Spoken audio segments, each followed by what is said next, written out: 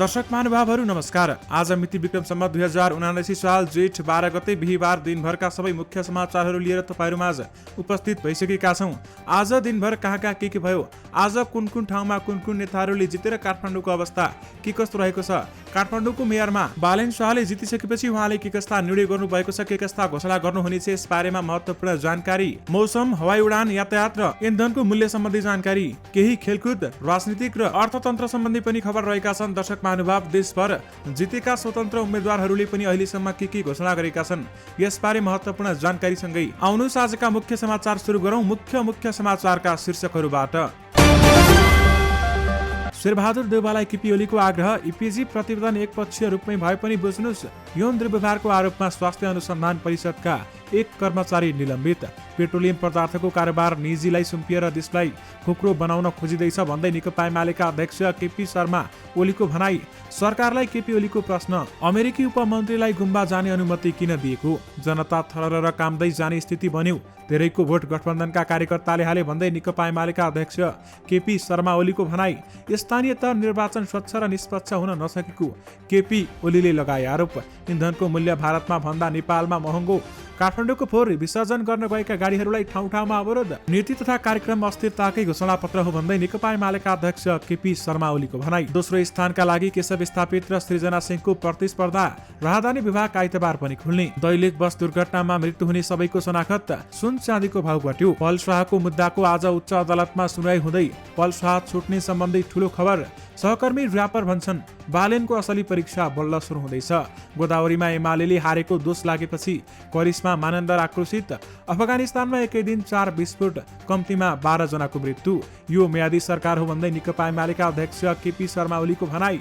यस वर्ष फोर्ब्सको प्रभावशाली सूचीमा 5 जना नेपाली नागरिक। अब के गर्नुहुन्छ भन्नेलाई रविन्द्र मिश्रको जवाफ, मन लाग्यो भने सिनेमामा अभिनय पनि गरौँला। भाडा वृद्धि नभएको भन्दै वीरगञ्जमा पेट्रोलियम पदार्थको ढुवानी बन्द। नक्कली भिसा बोकेर अमेरिका हिँडेका 15 नेपाली स्पेनमा पक्राउ। बिहारमा नक्कली मदिरा सेवनबाट 13 जनाको मृत्यु। नीति तथा कार्यक्रम अनुसार बजेट आए मुलुक थप संकटमा जान्छ भन्दै नेकपा एमालेका अध्यक्ष केपी शर्मा ओलीले भने। एक्सनमा मेयर हर्क साम्पाङ आफै खटिए जनताको काममा। अब समाचार सुन्नुहोस् विस्तारमा। मर्निङ सोच द डे भन्ने भनाइलाई धरानका नवनिर्वाचित मेयर हर्कराज भाइ साम्पाङले चरितार्थ गर्न थालेका छन्।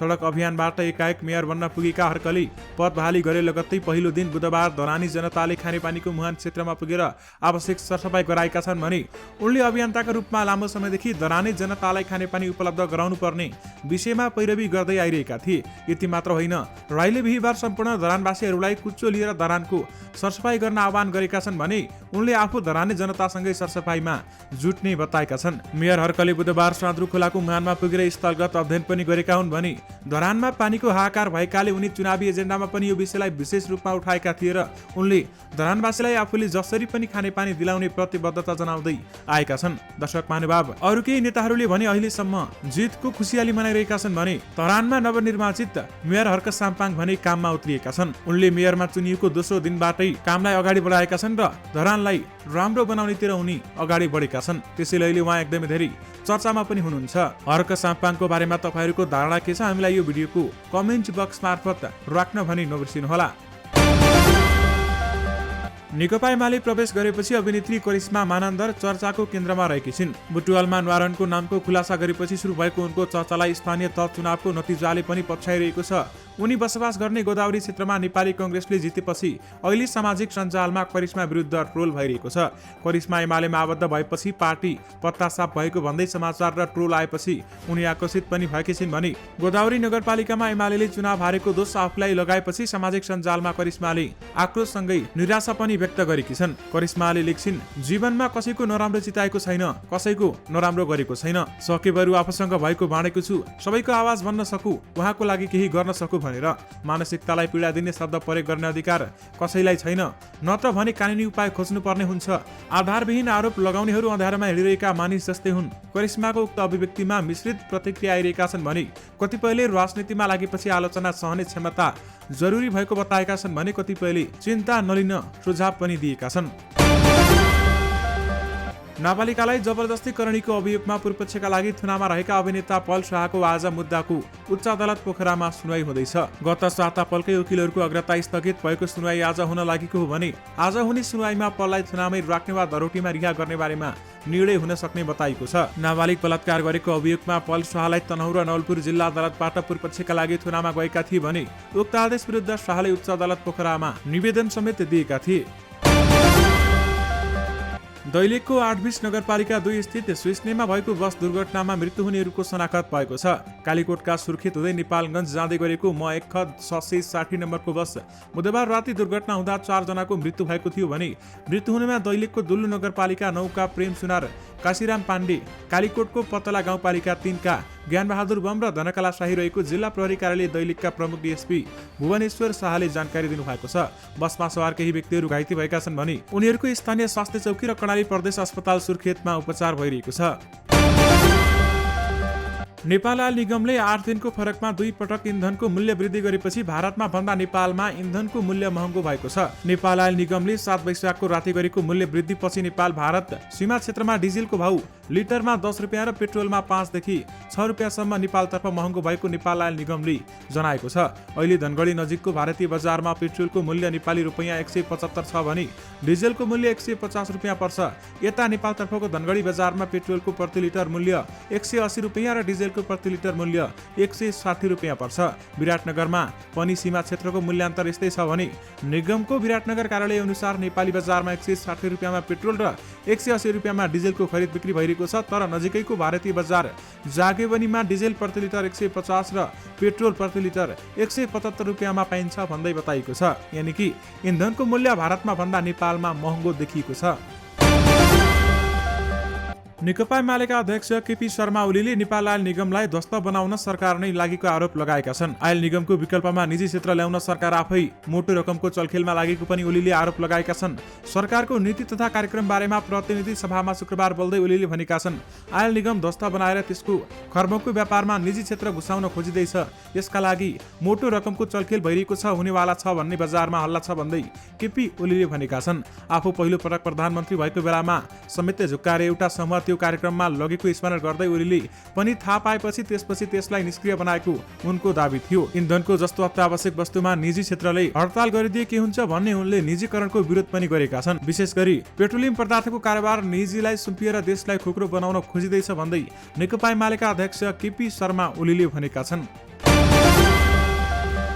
दर्शक महानुभाव, तपाईहरुमा काठमाडौँ महानगरपालिकाको समेत भोट अथवा मत गणना सम्बन्धी जानकारी गराउन चाहे। दर्शक महानुभाव, बालेन्द्र शाह यानि कि उनी स्वतन्त्र उम्मेदवारबाट उठेका बालेन्द्र शाहले 59,749 मत ल्याएका छन्। त्यसैगरी दर्शक महानुभाव, सृजना सिंहले भने 37,542 मत ल्याएकी छन्।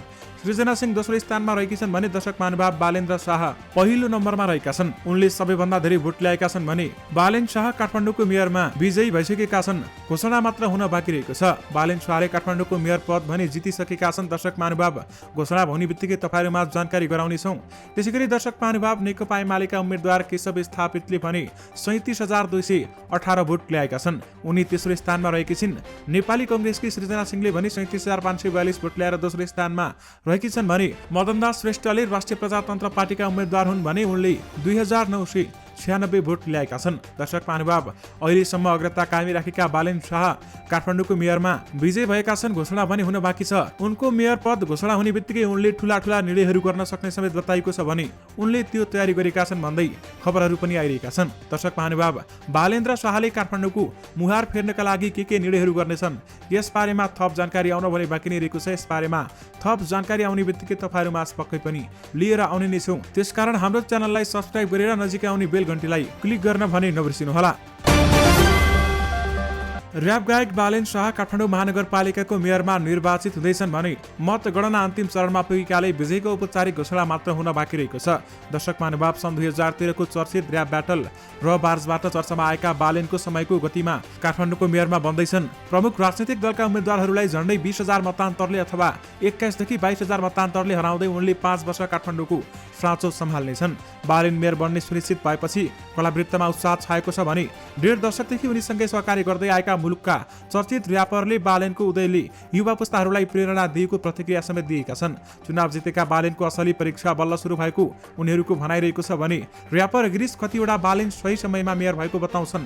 र्यापर जस्तो ग्ल्यामर क्षेत्रबाट ऊ बालेन युवा पुस्ताले डटी गेम भनिने राजनीतिमा छिरेर फोहोर सफा गर्न थाल्दैछ। यसले राजनीतिलाई घृणा गर्ने युवा पुस्ताहरूलाई राजनीतिमा आउन प्रेरित गरेको छ भन्दै उनले भनेका छन्। गिरीशले बालेनलाई चुनौतीको रूपमा नलिएर असल लिडरको रूपमा लिन दलहरूलाई आग्रह गरेका छन् र यसले युवाको मनोबल भत्तै बढेको छ। अब काम गरेर देखायो भने आशा पनि बढ्छ भन्दै गिरीशले भनेका छन्। त्यसैगरी दर्शक महानुभाव, झण्डै 15 वर्षदेखि बालेनसँग सांगीतिक सहकार्य गर्दै आएका अर्का र्यापर आशिष राणा लाउरे बालेनको जितले आफूलाई उत्साह दिलाएको बताउँछन्। उनको जितले एउटा आर्टिस्टले समाजलाई पनि लिड गर्न सक्छ भन्ने सन्देश दिएको छ। लाउरे भन्छन्, बालेन आफ्नो भिजनमा स्पष्ट छ र उसले काम गर्न सक्छ भन्नेमा म विश्वस्त छु। वास्तविक गेम बल्ल सुरु भएको छ भन्दै लाउरेको तर्क रहेको छ भने किनभने उहाँले कुनै पनि राजनीतिक दललाई प्रतिनिधित्व गर्नुभएको होइन। चुनौती भएन भने त के मजा आएर चुनौतीलाई चिरेर अघि बढ्नुपर्छ, त्यसभन्दा अघि पुग्छ जस्तो लाग्छ बालेन। उनी भन्छन्, युवा पुस्ता मात्र नभएर अन्य उमेरका नागरिकहरूलाई पनि बालेनको प्रेरणा दिने उनको भनाइ समेत रहेको छ। यानि कि सहकर्मी र्यापरले बालेनको असली परीक्षा बल्ल सुरु भएको बताएका छन्। अफगानिस्तानमा बुधबार एक मिनी बस र मस्जिदमा भएको 4 विस्फोटमा परि कम्तीमा 12 जनाको मृत्यु भएको छ। समाचार एजेन्सी रोइटर्सका अनुसार मजार ए शरीफ इलाकामा एक मिनी बसमा 3 बम विस्फोट हुँदा कम्तीमा 10 जनाको मृत्यु भएको हो भने उक्त विस्फोटमा परि 15 जना घाइते भएका छन्। बुधबार नै काबुलमा रहेको एक मस्जिदभित्र भएको बम विस्फोटमा कम्तीमा 2 जना मारिएका छन् भने 10 जना घाइते भएका छन्। समाचार एजेन्सी रोइटर्सका अनुसार मजार ए शरीफमा भएका विस्फोटको जिम्मेवारी चरमपन्थी संगठन इस्लामिक स्टेटले लिएको छ। भारतको पूर्वी राज्य बिहारमा नक्कली मदिरा सेवनका कारण विगत 5 दिनमा झण्डै 13 जनाको मृत्यु भएको स्थानीय सञ्चार माध्यमहरूले जनाएका छन्। उक्त घटना बुधबार दक्षिण बिहारको औरंगाबाद र गया जिल्लामा भएको हो भने बिहार राज्यका मुख्यमन्त्री नीतीश कुमारले रक्सीको बिक्री र उपयोगमा प्रतिबन्ध लगाएपछि विगत धेरै वर्षदेखि सुक्खा राज्यको रूपमा चर्चा गरिने गरिएको छ। तर छिमेकी राज्यबाट खरिद गरी बिहारमा गोप्य रूपमा बिक्री गर्ने मदिरा माफियाको संलग्नता रहेको अवैध मदिराको कारोबार राज्यमा भइरहेको छ भने मदनपुर र सलिया प्रहरी चौकीमा प्रहरीले घटनाको अनुसन्धान भइरहेको बताए पनि अहिलेसम्म मृत्यु हुनेको संख्या यकिन बताउन भन्दा उनले अस्वीकार गरेका छन्। यानि कि कम्तीमा पनि बिहारमा नक्कली मदिरा सेवनबाट 13 जनाको मृत्यु भएको छ। नक्कली कागज पत्र र विभिन्न देशको नक्कली भिसा बोकेर बेली बिहा हुँदै अमेरिका जान हिँडेका करिब 15 जना नेपालीहरूलाई स्पेन प्रहरीले म्याड्रिड विमानस्थलमा पक्राउ गरेको छ।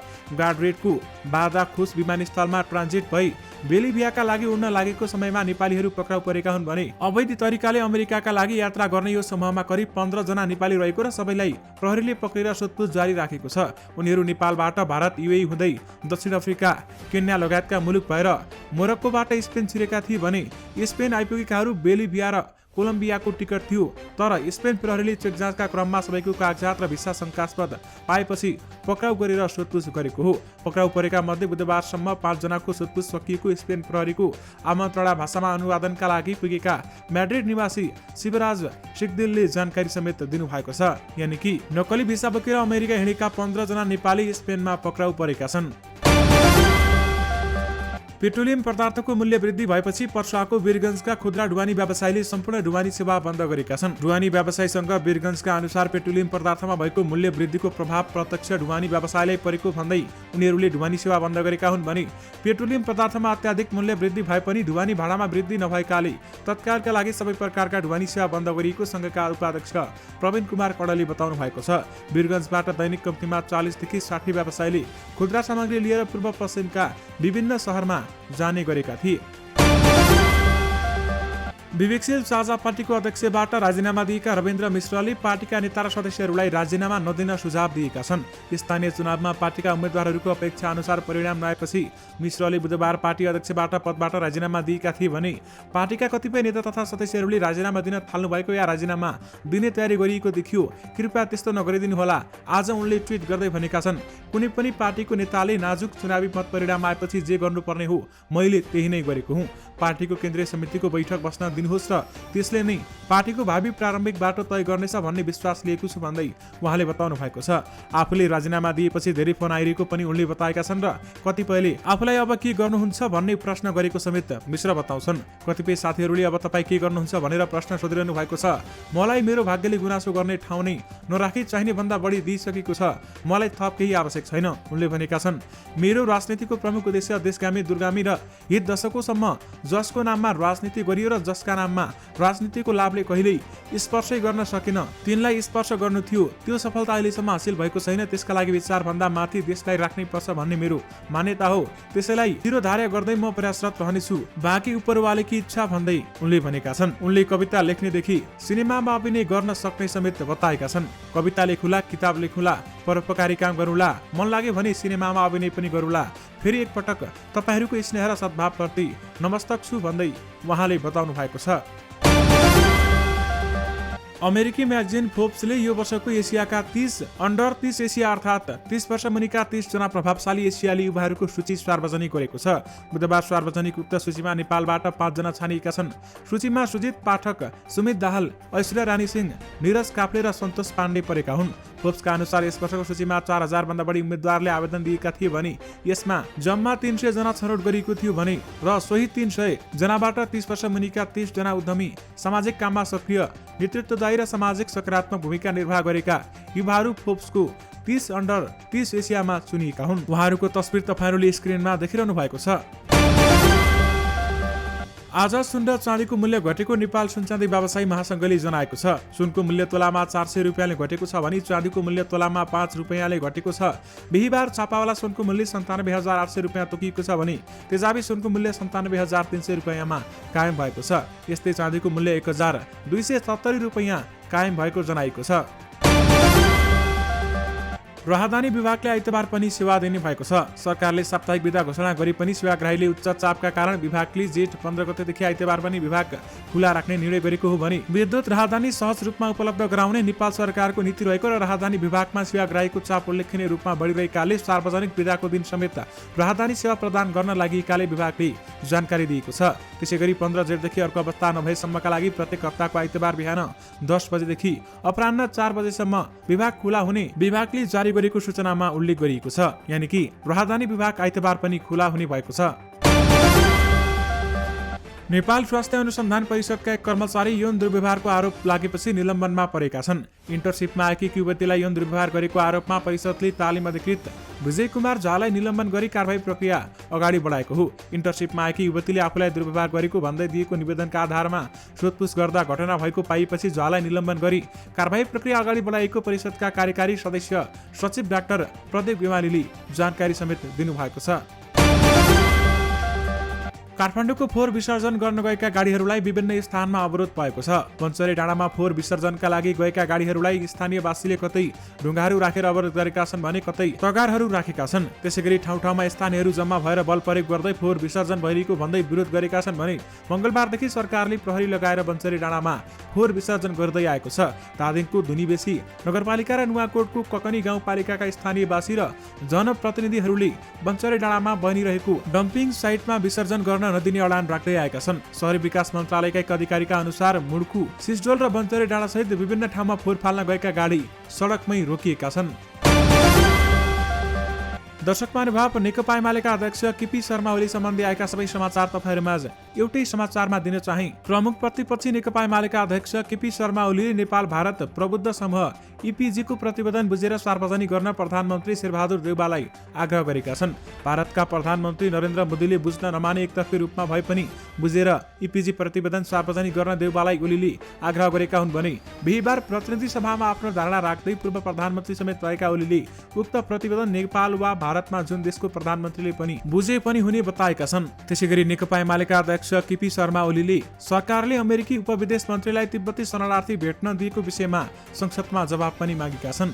अमेरिकी विदेश मन्त्रालयको नागरिक सुरक्षा, प्रजातन्त्र तथा मानव अधिकार सम्बन्धी उपमन्त्री उजरा जुया नेपाल स्थित तिब्बती शरणार्थी शिविरमा पुगेको विषय उठाउँदै ओलीले अहिलेको सरकारले विदेशी कूटनीतिज्ञ मन्त्रीहरू र प्रतिनिधि सभाको भ्रमणलाई न्यूनतम कूटनीतिक मर्यादा र अन्तर्राष्ट्रिय मान्यता अनुकूल बनाउन नसकेको समेत आरोप आरोप लगाएका छन्। त्यसैगरी केपी ओलीले स्थानीय तहको निर्वाचन जस्तो राज्य संयन्त्रको दुरुपयोग गरेर कब्जा गर्ने क्रियाकलाप पञ्चालयले पनि नगरेको बताएका छन्। सरकारले नीति तथा कार्यक्रममाथि संसदमा भएको छलफलमा भाग लिँदै एमाले अध्यक्ष केपी शर्मा ओलीले निर्वाचन स्वच्छ र धाँधली रहित हुन नसकेको बताएका छन्। सम्भव भएसम्म सबै षड्यन्त्र राज्य संयन्त्रको हस्तक्षेप त्रासदीपूर्ण वातावरणका बीच गठबन्धनले खटाएको उम्मेद्वारहरूलाई सरकारी उम्मेद्वार जस्तो बनाएर भोट दिन आम जनतालाई बाध्य पार्ने काम भएको समेत उनले बताएका छन्। जनता थरर काम्दै जाने स्थिति बन्यो, धेरैको भोट गठबन्धनका कार्यकर्ताले हाले भन्दै नेकपा एमालेका अध्यक्ष केपी ओलीले भनेका छन्। त्यसैगरी स्थानीय तह निर्वाचन स्वच्छ र निष्पक्ष नसकेको केपी ओलीले आरोप लगाएका हुन्। त्यसैगरी नेकपा एमालेका अध्यक्ष केपी शर्मा ओलीले सरकारको नीति तथा कार्यक्रमलाई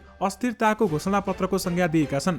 नीति तथा कार्यक्रममाथि संसदमा भएको छलफलमा भाग लिँदै ओलीले शब्दजालको पुलिन्दा तेलमा तारिएको तर चास्नीमा डुबाउनु बाँकी जेरी जस्तो भएको बताएका छन्। नीति तथा कार्यक्रमले राज्य संयन्त्रमा अनिश्चयको संकेत गरेको, भ्रष्टाचारलाई मार्ग प्रशस्त गरेको भन्दै उनले अघि भनेका छन्, यो दस्तावेज देशमा स्थिरता र स्थायित्व हुन नसकिने स्थिरताका सम्भाग शक्तिहरूबाट अस्थिरताका चाहनाका साथ बनाइएको गठबन्धनको अस्थिरताकै घोषणा पत्र हो भन्दै उहाँले बताउनु भएको छ। त्यसैगरी नेकपा एमालेका अध्यक्ष केपी शर्मा ओलीले यो म्यादी सरकार भएको समेत भन्न भ्याएका छन्। दर्शक महानुभावहरू, यससँगै तपाईँहरूमा आजका सबै मुख्य समाचारहरू अथवा दिनभरिका सम्पूर्ण समाचारहरू राखिसकेका छौँ। फेरि पनि तपाईँहरूमा नयाँ मुख्य समाचारहरूको साथमा उपस्थित हुने नै छौँ। अहिलेलाई भने मलाई बिदा दिनुहोस्। नमस्कार।